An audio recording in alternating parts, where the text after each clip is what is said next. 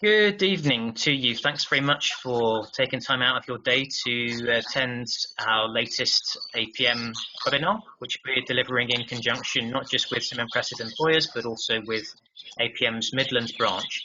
So as you can see from the title, tonight's session is how to be fit for the future. This session is very much with students in mind. You coming out of probably university are thinking, what skills are companies looking for? What skills are going to make me a successful project professional in the next 5 or 10 years? So the structure is very simple. I'm going to hand over to Andy Baber from our Midlands branch, who will introduce our esteemed panel tonight. Our panelists will give a quick introduction about themselves, and then the majority of the session today will be for you in the audience to ask us questions. There are a small number of slides, as I say, that we will run through. We also have some Slido activity today. So Slido number 1 is already live for you. We just want to know what kind of person you are, student, academic, project professional or other. So please click on the right one for you there. Towards the end, we'll be picking up a couple of other questions which we'd like your input on. But for now, I'm going to hand over to Andy to make the formal introductions. Thank you and enjoy. Hey, thank you very much, Casper, and thanks for the opportunity to lead this third of 3 webinars that the APM Midlands branch has put together for your interest. So this one, as I say, has been by popular demand entitled "How to be Fit for the Future." I think it's quite timely in the ever-changing world that we have. Opportunities that are out there, opportunities that were out there last year that perhaps are not out there this year, and the ever-changing face of the project world. So firstly, I'd like to welcome and thank the panelists that we've pulled together for this, and we hopefully these individuals will put together some insights and signposts as to what skills are going to be required post-graduation into the new world of project management. So we have Mark Dearden from Cavendish Nuclear, we have Lisa Street from Turner Townsend, and Zoe Giotti from Siemens. So without further ado, Mark, could you take the first introductions to yourself, please? I will do. Yeah, no, good afternoon and early evening to everybody. Apologies, I've had to join by telephone, so no visuals, but it's a great pleasure to be here this evening. So just a couple of slides from me, just so you've got some context of who you're talking to. So I'm Mark, worked pretty much all my life in and around major projects delivery, depicted by the sort of picture on the top right hand side. I actually started my career as a civil engineering apprentice with John Lane Construction, working on the M25. And then kind of went back to university, Sheffield, and did my BEng in civil engineering, and then progressed through sort of not an MBA, but a diploma in management study, and most recently completed the Major Projects Academy at SAI Business School. In terms of my sort of project progression, started initially as a technical engineer when I left university, then worked up through project controls into a role of project leadership. And as you can see by the numbers, progressively worked up from my initial project, which is in oil and gas in Central North Sea, progressing through to increasingly bigger and bigger projects, and managing portfolios, etc. In terms of sectors, I've worked across numerous sectors, initially in heavy major civil engineering and infrastructure, but I've also worked in downstream energy, upstream oil and gas, nuclear, and currently in defence, where I look after the UK's nuclear submarine deterrent fleet. Location-wise, a lot of my early career was in the UK, but I've had the benefit and the pleasure of working internationally, so I spent 15 years in total overseas. And the picture on the right shows all the countries I've worked in. 11 of those were with my family. My son was actually born in Houston, so he's a Texan by birth. And I think a bit of a segue into you guys and sort of skills for the future.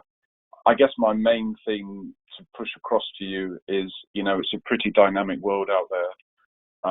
So flexibility and the ability to adapt is really key. And, you know, if I reflect on my last 7 years, you know, I've worked in 4 organisations in 4 different countries and held 5 sort of senior exec director roles. So that's a reflection of a certain, you know, style and ability to adapt and change to the working world, really.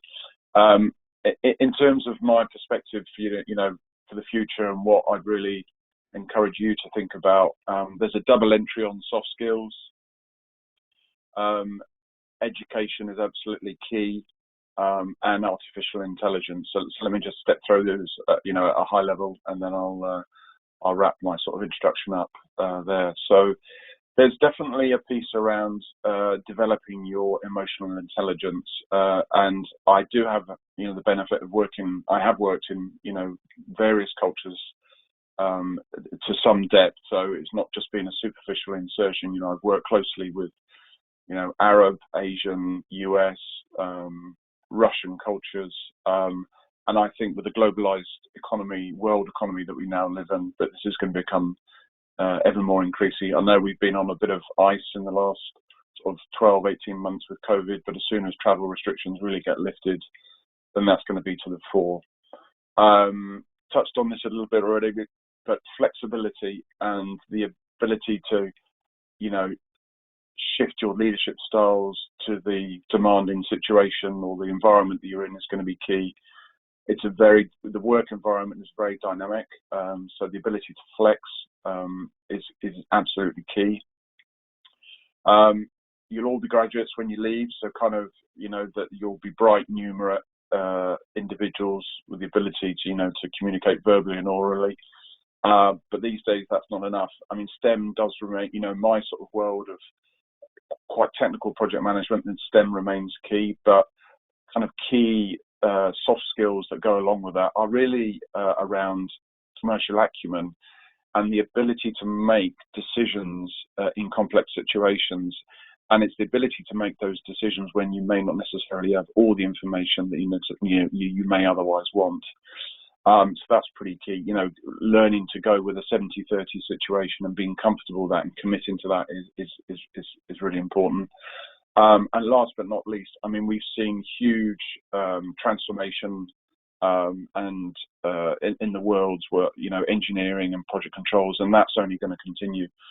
Both remain kind of heavily person intensive, but if you look at the development with BIM, with the development to, you know, 3rd, 4th, 5th, 6th, 7th levels of BIM, where you're really digitizing the 3D CAD model and you're overlaying that with cost, schedule information, operational data, it becomes a really exciting world. And similarly, project controls, which is heavily data centric, that is just a target rich environment for sort of digitalization. So the world of machine learning and artificial intelligence, I think, is something to pay close attention to, and as individuals get comfortable with, because that's only going to the rate of change in those areas is only going to increase. So that's a little bit about me and my thoughts and focus areas for you guys tonight. Awesome, thank you, Mark. That's good to hear. Thank you. Lisa, could we stand straight onto yourself in no particular order? Yes. Good evening, everybody. I'm Lisa Street. Thank you to APM, and thank you, Andy, and the rest of the panelists for having me this afternoon. I've got 16 years of project and program management experience. It started differently. I started with a chemistry master's and went into the pharmaceutical drug discovery arena, which is quite relevant for today and the world we're in. As a research scientist, and that's the career I'm pursuing, and I pursued that for 18 months and then decided this wasn't for me, and we see the great work that they're doing there at the moment. We're all getting our doses, and what I wanted to do was use the skills that I learned in that sector, and I then applied to be onto a graduate scheme with Transport for London. And the reason why I'm sharing this is the you don't have to have a set degree course or set everything to enter the project management profession. I do come from a STEM background, but I also think there's lots of skills in there which Mark's described earlier. So I then went on to go and join this TfL graduate programme, where I spent there the next 5 to 6 years working with them across their surface transport modes of transport, delivering and developing projects for them, and then working with them at a London Underground. During that time, I was fortunate to develop a number of business cases for their traffic operations across London. I constructed high voltage DC substations, modernised and upgraded a number of London Underground stations with them. So I've had the breadth of project management experience there. In the past 7 years, I've been at Turner & Townsend, working in their infrastructure division. What I've been there is I've been built the sectors that I've been working with. I've touched upon many of them, working in the nuclear sector, most recently in their rail sector at the moment, in the water sector, and in their general transport sector. So I've been doing project and programme management for many of our clients for them, for us. Most recently, in the last 4 or 5 years, I've been working with our clients to work with them to mature and evolve their project and programme management capabilities. And I work internally with, developing others and mentoring, coaching our staff inside. I'm all about a growth mindset. So you'll see with the slide, you'll see with the skills that I talk about for the future, and I think today is having a growth mindset and moving away from a fixed mindset. You'll need that to overcome the challenges that you encounter for the future. And constantly I'm having to kind of make sure, check myself if I've got a growth mindset. Some of the skills I've aligned here are aligned to the body of knowledge, the APM body of knowledge today. So we all need a collaborative attitude. This has come out of even more so than ever as we've moved to this more virtual, remote working habits that we're working towards. Communication has shifted. How we communicate is definitely different over the past 18 months as we've gone through COVID, and we're coming through, hopefully through the other side, and the way we deal with our stakeholders is something I'll quite happily talk about. Flexible and adaptability. I think we all need to have great self-awareness of ourselves as project management professionals, and that links in with Mark with the emotional intelligence and knowing ourselves.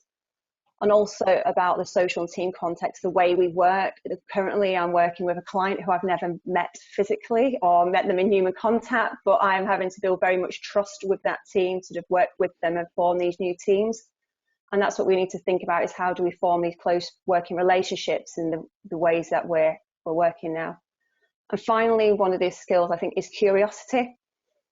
Is making sure that we keep up with our continuous professional development. I can put my hand up now and say, yes, it sometimes slips, but making a conscious effort to understand what is going out there to be the best versions of ourselves. And secondly, look beyond project management. I constantly represent, so I'm no football, I'm not a football fan, but I do reference a lot of their coaches on there and the team. And looking at how they leadership and looking outside of the profession for leadership styles, and how we have to manage and lead our people, because ultimately our project manager role is to lead and manage people to deliver our outputs and outcomes. Brilliant. Thank you. Thank you very much. Great intro there, Lisa. Zoe, same to yourself. Can you give us a brief overview of your background and skill set? Absolutely. Thank you very much, Casper. Hello, everyone. Sorry, I don't have any slides. I'm the boring person that shows up without slides. My career background is not in project management. Actually, although a big part of my role at the moment as the global head of transformation and change management for Siemens Energy. And even before that, my career is in corporate and applied communications, strategy, and digital transformation. So although in my roles, projects are a big part of them, and especially large projects that are about scaling transformation within the organization, I haven't had professional education on project management. apart from a couple of courses, of course. Now, with regards to my career, I was born and raised in Athens, Greece. I studied my first degree over there in strategic and applied communications and marketing. And then I moved to the UK to do my master's degree on sustainability strategy. And since then, I joined Siemens, where I worked in the corporate communications department for a few years, and I held several different management positions there.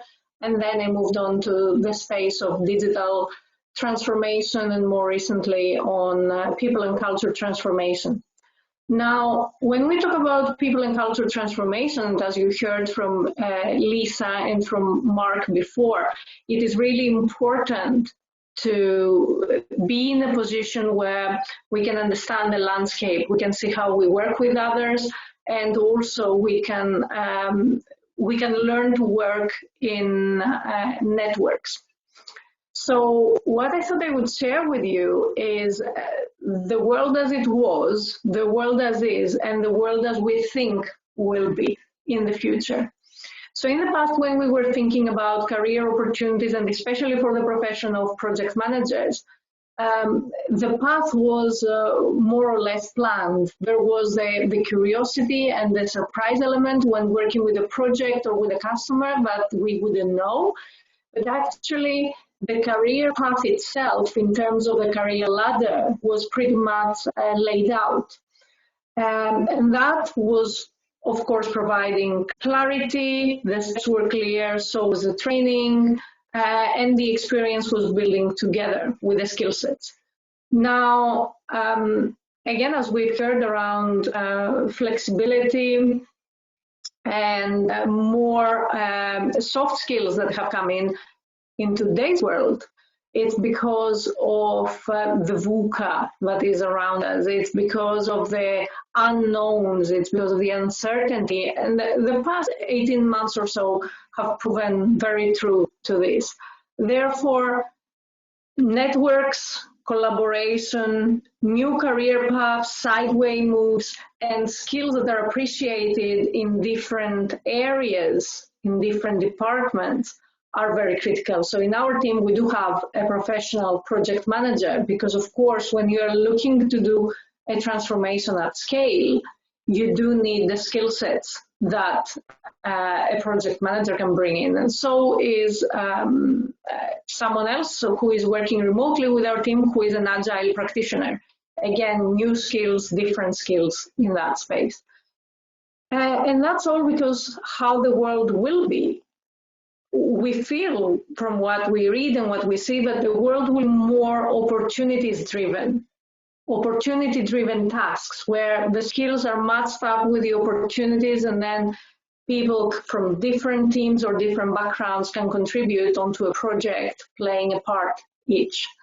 And that requires flexibility. And for me, the key skill is all about developing a muscle for growth mindset, because growth mindset can offer flexibility, it can offer adaptability, and it can also enhance a true, deep, innovative spirit in how we approach projects and how we approach tasks in order to have more of an output-driven mentality rather than starting step by step.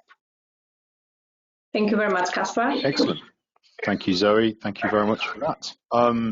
Okay, we've got having a few questions come in, so we may as well crack on with those questions. Thanks for your introductions, guys. Really useful opening salvo there. One question has come in, and it's quite sort of left field on, really. I'll start with yourself, Mark. One question is that what was the best and worst career decision you've ever made, and why? So maybe break it into 4 sections there. What was the best career move and why? What's the worst career move and why? So can you give us some anecdotal reference to that question? Thanks. Wow, I wasn't expecting those.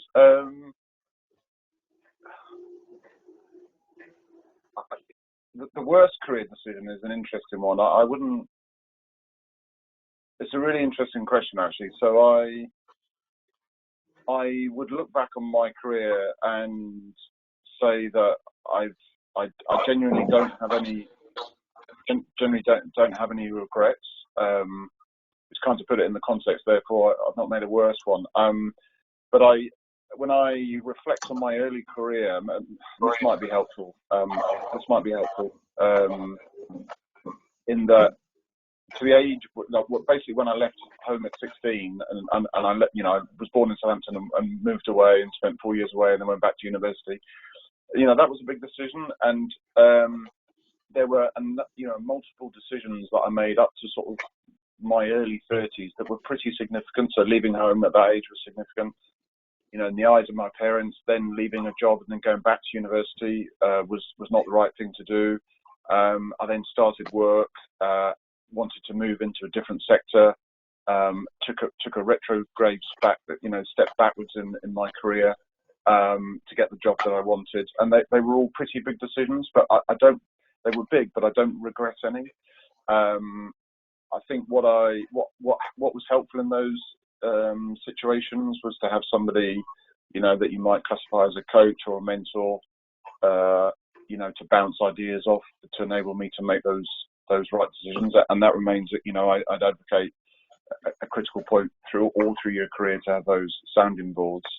In terms of the best choice I've made in my career, it was definitely to go back to university to give me that springboard in terms of education to leverage where I needed to be really in terms of my ability versus, where I've ended up. But I think in terms of pure career choices, it was absolutely the one to make the initial move overseas, because I think the opportunity to enrich myself, and Lisa talked about, continual personal growth. I mean, the challenge of moving out of the UK, a very Western culture, initially to Trinidad, then the US, which is kind of similar to the UK, but then, India, Egypt, and working in, really quite tough joint venture type environments, and having to be personally accountable for, development of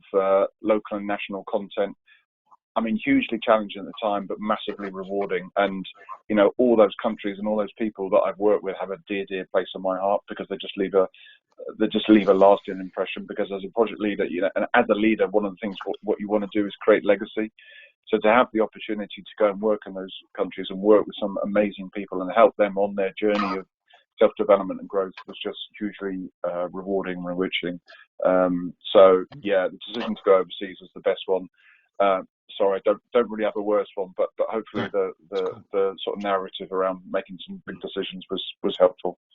Sure, and that's good to hear. No regrets. That's a positive slant, and it's a case of you make a decision, you stick by it, and you back yourself. I suppose that's fundamentally part of it. Lisa, same question to you. So what would be categorise your best and worst career decisions you've ever made, and why? So I had a little bit more prep time than you, Mark, on that. So a big hats off to you for saying that so quickly. So I've had a bit of time to think about it. I think one of my kind of better career moves is when I said yes to changing my career. 3 years into graduating after a master's, I spent 4 years doing a chemistry degree and then decided to be a research scientist and then did a product manager role. I don't want to say that is my worst. I don't think there's anything is your worst. You learn from every experience, and I wouldn't have got the role that I got to next and got on the graduate scheme without doing that role, without that. But if I had to say one, it would be that early choice of making that right. I don't think there's a right or wrong decision you make in life, so I don't think I've got a worse. It's just there's decisions you make, you go down the path and you correct it, you take the opportunity to take. So the best decision I probably took was when I decided to change from that role from the entry point role at research scientist into taking a graduate scheme. I had to then take a step back in my salary. I joined a graduate program quite mature. I wasn't straight from university. I had 3 years worth of experience. And so that for me, that was a big move. That was a big decision I made. I didn't move countries, but I moved from around the country to go for the right role and the right job back then. And that was a really good move for me. And ever since, all I've done is look for opportunities and said yes to things, making sure that it fits right with me personally, with my morals and my values, and family now is one of the considerations I take. So it's just saying yes. And I think saying in the latest role that I'm doing now with one of the clients, it's a brilliant opportunity. I'm learning, and it's having that kind of what can I learn from this experience? How can I work with others to better them and also myself? So it's like Mark, I wouldn't say there's I've ever had a worse move. I don't think anything can be a worse. You can only learn from what you try. Yeah, perfect. Yeah, nice. Thanks, Lisa. Zoe, same question to yourself. Best and worst career decisions you've ever made and why? Thank you, Andy. I will follow the trend. I don't think there is such thing as a worst decision. I have made difficult decisions. It was a difficult decision for me to leave Greece to go over and study in the UK and then stay in the UK. It wasn't an easy decision. It was a difficult one. And like anything else, it comes with a lot of privilege. It comes with a lot of benefit from being exposed to different cultures, meeting different people, new people. I moved around in the UK a lot. And there was a move that was particularly interesting for me when I moved. I was born and raised in Athens. I studied in Surrey, very close to London. And then my career took me to a place called Lincoln. And I didn't know even where it was on the map, but I liked the job so much. And I believed in the people over there. So from a career move perspective, I would say that was the most difficult for me. Different culture, different geographical space. But at the same time, it was the best one because it helped me grow so much as a person. It helped me realize that I didn't want to stay in the corporate communications role and that I had much more to give in the space of transformation and in the space of helping people move from one place to the other. So my most difficult experience led me to my best experience in terms of a career move, jumping into the business and jumping into this bandwagon that transformation and digitalization is. Yeah, cool. I'd like to ask a supplementary question, but you don't have to answer it. What was what would you say the biggest cultural change was going from Athens to Surrey or Surrey to Lincoln? I mean, that's for me. Andy, I can answer it. It's the latter. It was going from Surrey to Lincoln. Oh, wow. And at the same time, it was so rewarding. It was so rewarding because when we talk about careers holistically, I would like to add that there is a lot of benefit if you do have a chance ever in your career to work in the field or where things are getting done. Like in Lincoln, for Siemens Energy, we do have our largest manufacturing facility in the country. By all means, go and do it because the people there, the real engineers who touch and make things, we can learn a lot from their mindset, and it helps us progress and it helps us move the organization forward. Cool. Excellent. Thanks, Joe. Awesome. Good to hear. Okay, so I have another question. Mark, if you could take this one, hopefully it's not going to catch you from left field this time. Don't get much thinking time, do I, Andy Bailey? No, I'm sorry. I'm really sorry about it. This is hopefully slightly a little bit more cultured for you. The question is, how do you best manage work-based pressure and the need to constantly succeed? Well, another great question. Yeah, it speaks to my DNA because I'm actually quite a competitive person with it as well.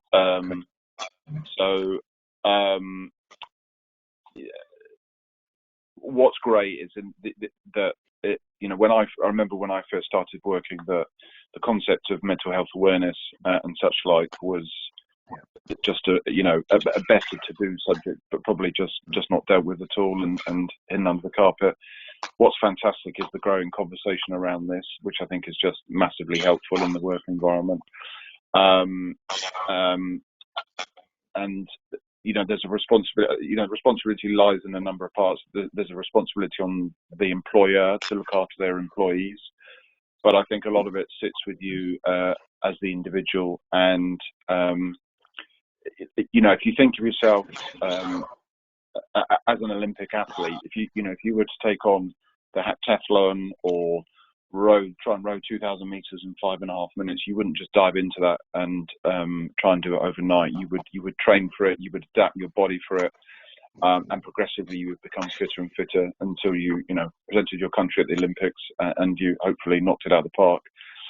Mental health, in my opinion, is no different. You've got to understand it and invest in it, and you have to take care of yourself by giving yourselves outlets that relieve the pressure. And there's quite a good analogy that I was once told that the build-up of stress and anxiety and all the symptoms that can lead to damaging side effects of mental health is, if you imagine a funnel full of tea bags and you're pouring warm water into the top, and of course water will only permeate through the tea bags and come out the bottom at a certain rate.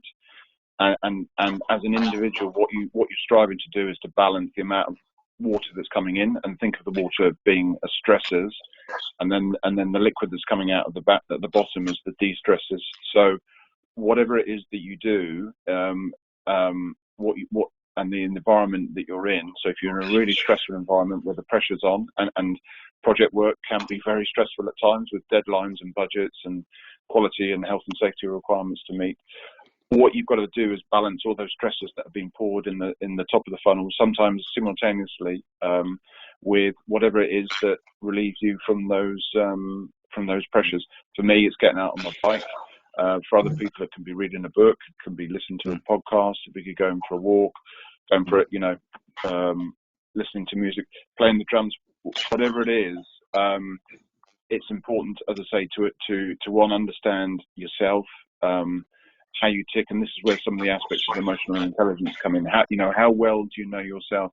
Do you recognize the stresses and stuff, such that, because there will be situations in life, both probably in a personal and a professional perspective, where you're going to be up against it, and it's really important that you've kind of got fit for that, and invested in your own mental health and well-being, such that when that point of adversity or challenge comes, that you're fit for it, and you're resilient enough to come through the other side. Because what you don't want is yourself or members of your family or members of your team, if you're leading them, to be falling over. So keeping the conversation live, keeping it open, understanding it, investing in it, and continually working on it. I've suffered periods of anxiety during my career, and reached out to things like telephone helplines and counsellors and etc. to get the other side of it. If you're not careful, it can catch up on you. So it's a really important subject. Great question. And my piece of advice is read up on it, learn about it, and invest in it, because if you don't, then that potentially could be a dangerous path to go on. At your peril, do you kind of ignore it, really, because it's too important these days, particularly with the rate of change and dynamism that's out in the work environment now. Great. Yeah, thanks for that, Mark. That's resilience and balancing. It's a skill set in itself, and it's become even more prevalent with the way we're working now. More isolated, more alone, less connected. Thanks for that. Lisa, same question to yourself. How do you best manage work-based pressures and the need to constantly succeed? I think what I'm going to do is probably share what has happened over the last 12, I don't know how many months now, 14 months since the changes of when we've gone into the COVID. I was given a new position to lead a team, brand new, no handover on 1st of March, and then on the 23rd of March went into lockdown. I didn't have much time to plan. And what I had is my own personal circumstances to deal with. I wanted to succeed in the new role that I had. I will say that I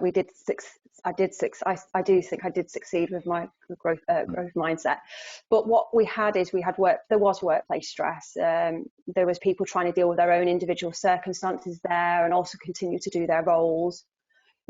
we've had we still have this blur in working personal hours and clarity of working arrangements back this time last year. And as we've moved throughout the year, I think we've seen the biggest change this year of people adapting and being resilient over the year.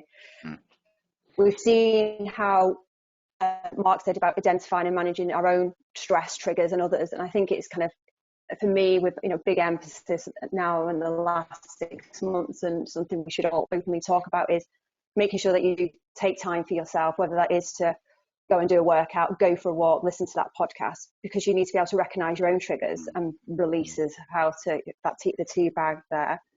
Because if you're not in the best physical fitness and mental fitness, you're not going to be able to perform to yourself. And I think as a project manager in the context, you need to look after yourself. They say on airplanes, you have to put on your own oxygen masks first. We definitely need to do that here, and making sure that we manage our own work pressures, and then we can start to look after our teams and put on their oxygen mask and ask them, are they okay, or suggest that to them, how do they need some time away from themselves to release their stresses.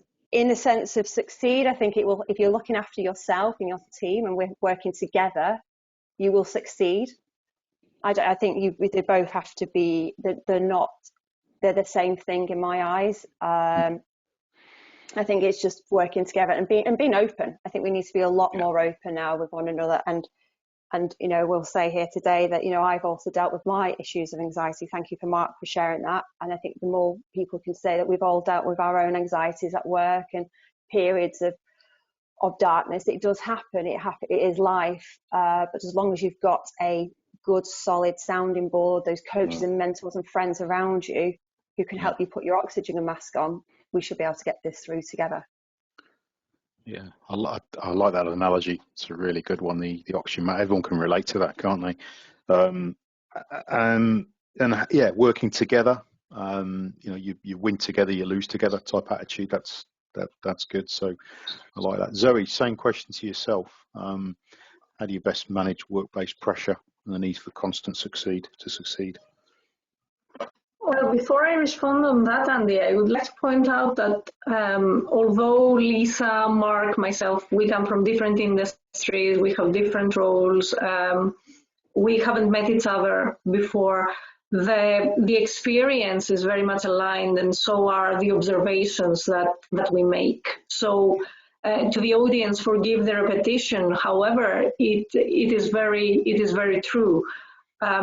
Like Lisa, I started a role during the pandemic, and it was a big move for me, moving from the UK organization into a global position. So of course, that comes with it comes with a lot of pride and a lot of responsibility, and at the same time, it comes with the stress on whether I will build my network that I had in the UK very strong.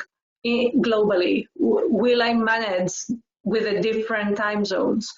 How is it? And in the job that I do in transformation, because you cannot succeed alone, you just provide and enable others to succeed, and you just give them the infrastructure. So you really need a certain level of energy every day. So when you have a lot of energy to give into your role, where do you take it from, and how do you make sure you refuel? And during the pandemic, we have all felt at a point or another that our energy tanks have run low. So again, as Lisa said, having a very strong support network of peers, of mentors, of the family, the friends, the things that are outside of work is very much a balancing factor. And it is also enabling us to go back into the roles that we have, into the teams, to continue to encourage each other by also showing that vulnerability that we recognize that everyone is on the same boat. Yeah. The other thing that I would like to add to the conversation is that using a transformation model is that there are different levels when change happens, or when transformation happens. There is a structural level, which is, of course, the level where things are more rigid, more strategic, and that's the way that we are set up, for example. there is a social level, which is how do we work within the teams, within our projects, within our micro world. And then there is a third level that is the personal circumstances that each and every one of us has, and they are different from the other.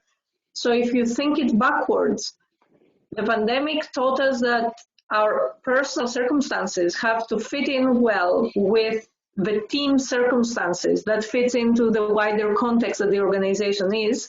And only if each and every one of these three elements is aligned for success, then we would all be successful. Yeah, absolutely. Very good. I mean, there's a comment been put in the Q&A cell here. You never lose. You win together or you learn together, which is, yeah, it's kind of a nice positive slant on playing as a team. This next question, Lisa, if you can field this for me, I'd like to understand if you have any tips on prioritizing, planning and strategizing in an ever-changing world. So back to this cue of the theme, I think that's been a constant throughout this. We've all referred to what's happening in the last 12, 18 months, but do you have any tips on prioritizing, planning and strategizing during these times? Oh, good question. Good question. I'm going to take it in two halves. So I'll take the strategizing and then I'll do the planning and / executing.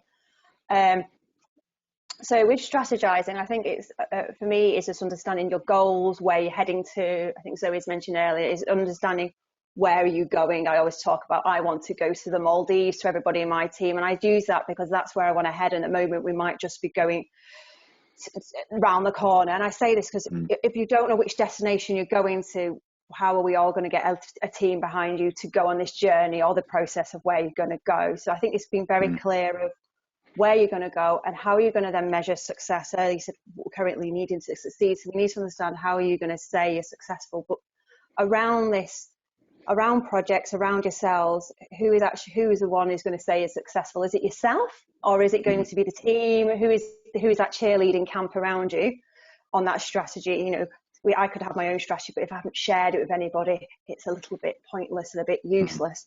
And I think around the kind of planning and executing around it is it was something I was actually thinking about today. You need a plan of where you're going to go to, but it's kind of been having that. Are you doing this alone, or are you going to do it with people? And as project managers, we're usually managing others to do an output to bring the greater outcome. And I think it's been very clear and having clear communication in place. So everybody, for me, it's about being able to ask those really there's no daft or silly questions, but ask those really straightforward questions to be able to check in and to be able to make sure that we all have that clear understanding and clarity of what we're doing. And so once you have clarity, we can all then have that control of what we're trying to then execute and deliver. That's my advice. How I do it, I do take I can flash up on your screen. I can name you all different tools and to-do lists, and I vary from week to week whether I'm writing a to-do list, writing it down on a piece of paper, or I'm using a Trello board or something else to do it. It depends on what I move, but as long as you have it, you know where you're heading to, as small steps up the ladder. You need little small steps along the journey, but you do need to know where you're going at the end, even if it's just a few steps ahead of you. Yeah, nice. Cool. Excellent. Thank you. Mark, same question. Tips for prioritizing, planning and strategizing? Yeah, it's another great question. So my top tip would be remain flexible. And without getting too techy in terms of the world of project management, you want to try and adopt a concept of rolling wave planning, where you have a really good handle on what you're doing in the short to medium term, but the long-term goal, vision, strategy and plan that sits beneath it, it probably isn't worth investing a huge amount of time in that, because I've talked about this quite a lot. What's probably more certain is that whatever you decide to do, the plan will change. So if you go investing a huge amount of work and effort in a 10-year strategic plan, and you've detailed in year 9 down to the week or day what it is you're going to do, the reality is it will be wrong. So don't go there. Have a vision, as Lisa says, so set your goal on getting to the Maldives or whatever it is, building another Burj Khalifa or whatever, but don't invest too much energy or time in the strategic, detail that's years out. And a good example of this, I didn't actually work on it, but when the plans were being drawn up for Terminal 5, which I guess many of you have travelled out of, it's the British Airways terminal. When the initial conceptual and feasibility design was being done, an assumption was made that actually retina detection would be in place to do automatic check-in. So there's an example of kind of the vision that was there, but the flexibility was maintained through the detailed design as it went through, as to whether that technology would actually develop. In the end, as we all know, it didn't, because that you can't check in via retina detection, but it was the thinking and the time when the conceptual and feasibility design was being done. So Sure. My key giveaway would be plan the near term, understand where you're going to get to in the middle term, but don't spend too much energy, in finite detail in the long term. And in terms of a measure of success, and I have this conversation a lot with my teams who it is important to reach milestones and goals, but it is really important to live in the here and now and be successful and to be seen to be occurring in the moment, in the here, in the now. Because if you're not, and if you're always in this space of trying to achieve something that's 5 years out, the danger is you miss the opportunity today. So do be present and do be relevant in what you're doing actually today, because it does matter. Yeah, absolutely. No, you're absolutely right. Yeah, adapt, react. There's always curveballs coming when elements are not technically ready, that you've got to adapt to it. So absolutely, yeah, that's a good one. Yeah. Next question. It's about leadership techniques, so subtly different, but has there been a constant in your variety of leadership techniques which have led to success? So that question, Zoe, do you want to step in and respond to that? So has there been a constant in your variety of leadership techniques which has led to success? How you led teams towards success? Well, that's an interesting one, because it reminds me of one of the coaches that we work with uses an anecdote, and he says, how many psychologists does it take to change a light bulb? And the answer is only one, as long as the light bulb wants to be changed. So when it comes to leadership techniques to lead teams, the team or the people you work with, at least half of them, part of them, need to want to be led, need to want to succeed, need to want to change. And if I link it back to the previous question that you asked, Mark and Lisa, I would say when it comes to strategizing, the best tip is take time to reflect. Take time to take a step back and look at the bigger picture. And this is pretty much a leadership quality. When you have a leading role, it is really important to create that space so that you can have clarity of mind and reflect on the landscape, the helicopter view. Because then you can see the problem, you can see the task, you can see the trip to the Maldives from the map on where you are to where you want to go, and then you can see the real size of it, and you can reflect differently. And once you have that picture from a leadership perspective, it is good to try and articulate it to the people that you want to do it with, so that you take them on board. And the last tip is when they say meet people where they are, but don't leave them there.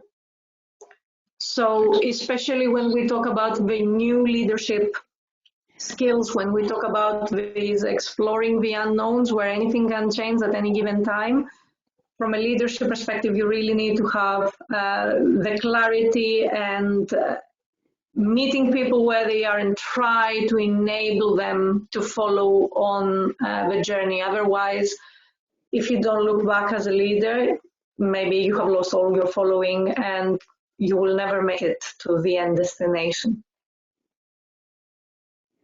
Yeah, absolutely. Yeah, absolutely. Okay, good stuff. Same question, Lisa. Do you want to fill in that leadership techniques question? Lisa, interesting question. I'm not going to say it's a technique as such. I do think I'm going to concur with Zoe, really. I think people want to be led or they don't want to be led. But what I'd like to add is understanding the individual's needs or a team's needs. Some teams, some individuals have different ways that they need to be engaged with. So, you know, I've experienced some teams and some individuals will need tasks, and then some people just need and teams need a vision. And I think is for you as a leader would need to be able to understand and be able to kind of realize one size doesn't fit all. I'm all for analogies tonight. One size doesn't fit all, and you need to be able to be, as a person in that leadership management position, is be able to adapt how you work with the teams or individuals.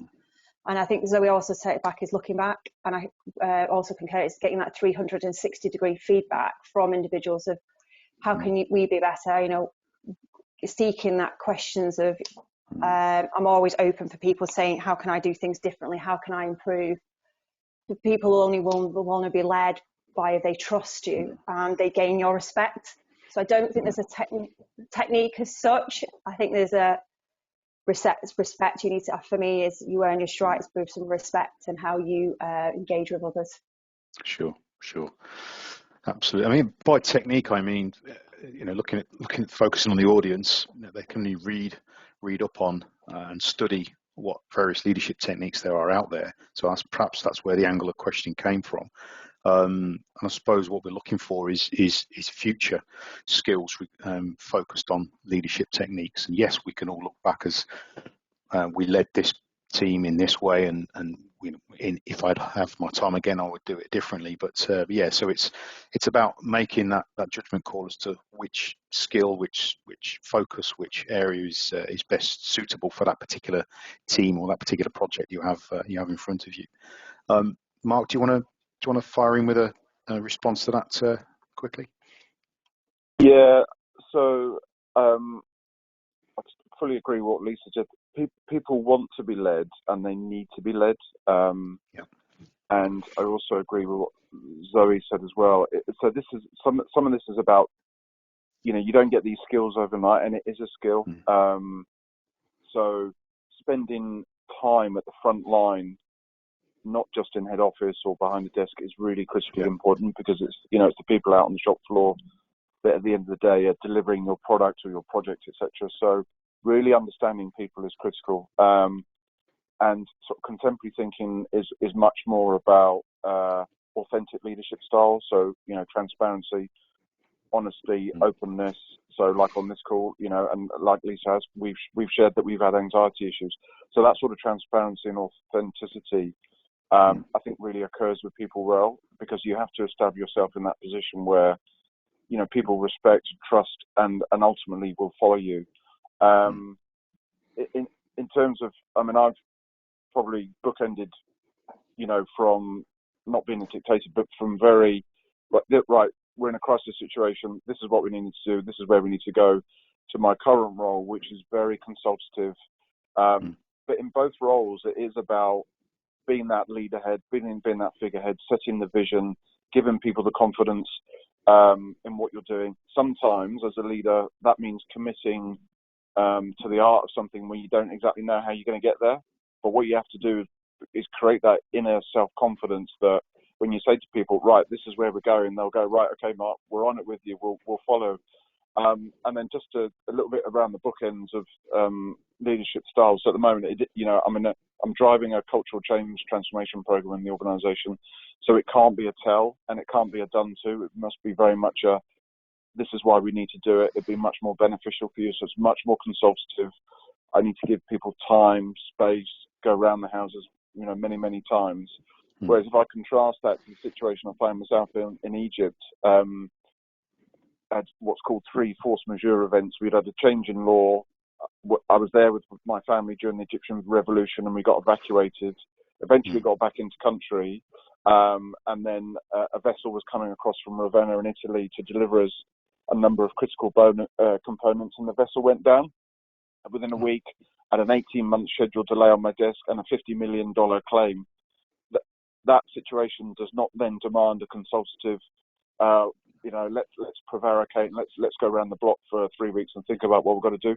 I was very much in operations. What can we do? How can we do this? What are the alternatives? What's the supply chains saying?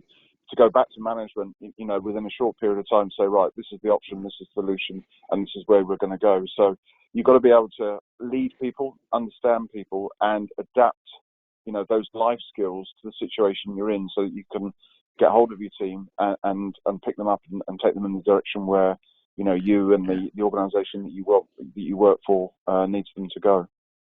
Yeah, awesome, good, excellent. Yeah, perfect anecdote there at the end in terms of how you got to think on your feet. A lot of these questions have been focused on sort of the softer skills, if you like. One question and final question, and if we can keep it to a minimum in terms of response, apologise for that, but we're rapidly running out of time. The questions centred around project data rather than the softer sort of skills. So how important do the panelists feel project data is going to be, and how important is it for you right now, and how important do you feel it will be in the future? So project data. Zoe, do you want to fill in that one if you're able to? Importance of project data. Yes, Andy, absolutely. And apologies, I had a technical issue, so my camera dropped. Project data in general, to be digitally savvy, not digitally expert, is really key now, and it's going to play an increasing role in the future. So I would say absolutely yes. Okay, awesome. Thank you. Lisa, have you got any thoughts on project data and the importance of it today and in the future? It is important, past, future, present. We need to know what the data is telling us so we can look at trends. I'll just say we're all glued to our news sets and BBC News and whatever news articles we're looking at the stats and data that COVID had got out. That is driving our behaviours. We want to be informed. We want to be able to know where stuff is going. So it is very important to be able to read and be able to predict trends for the future, just like we've seen in the past 12 months. Awesome. Mark, same question to yourself. Thank you, Lisa. Yeah, massively important in all aspects of project management and project controls and project delivery. And really, the means to the end is to inform, effective decision making. Because a lot of project management is about making the right decision at the right time with the data you've got available. Yeah. So the better you can make that data, and going back to sort of my intro slide, the use of machine learning and artificial intelligence to enhance that and to remove sort of manual handling and data errors is critically important, but it's massively important. Yeah, I did see that on your slide actually, and it triggered a question in my head, so I'm glad that question was posed. So thank you very much for that. So we're probably about done. It's best to perhaps call it a shot. I don't think we've got time for another question. Only 2 minutes left. First, before we finish, I'd like to thank the panelists for insightful. Sorry for some of the questions were from curveballs and left field, but yeah, I thought each response was excellent, or certainly I felt they were. Just hope the audience did also.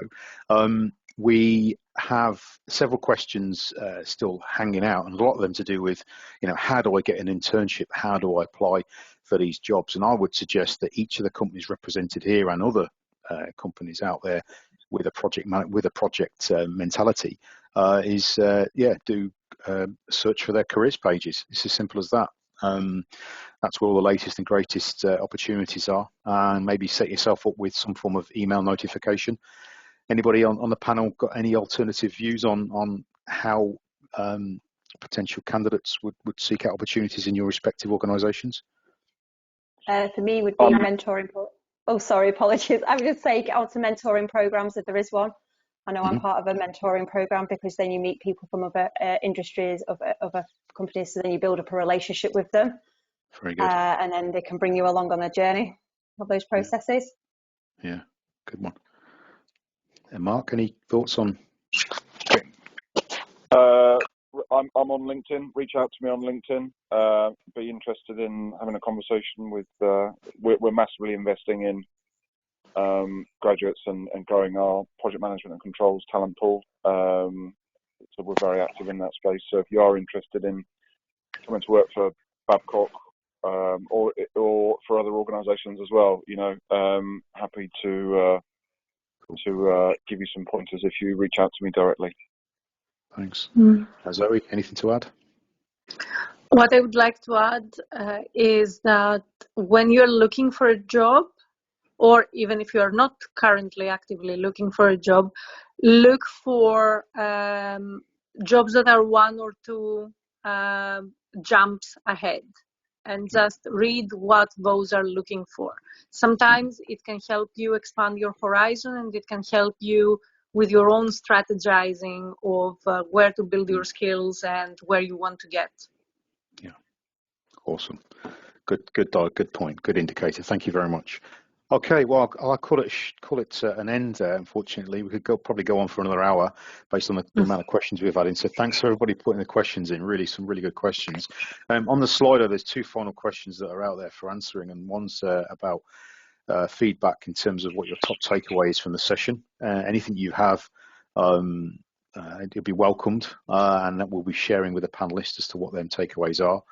The final question, the third and final question, would be what other additional sort of sessions and top subjects and topics would you like to see these webinars take the form of? So, yeah, answers on Slido be most appreciated. Caspar, did you want to bookend this session, or are you happy just for me to close it? Thanks, Andy. I just want to say thanks very much to all the guests today, Zoe, Lisa, Mark, down the line, and you, Andy, for hosting. I'm going to leave the final Slido question open, so plenty of time to give some responses there, and we will take those into account, and when we do our next round of sessions, we'll reflect that in our programme. But thank you very much again. Andy, over to you for the final close. Thank you. Echo Caspar's statements there. Look forward to seeing you again on a future webinar. Thanks for your support and interest in this subject. Good evening. Stay safe. Bye, everyone. Thanks. Bye-bye. Thank you very much.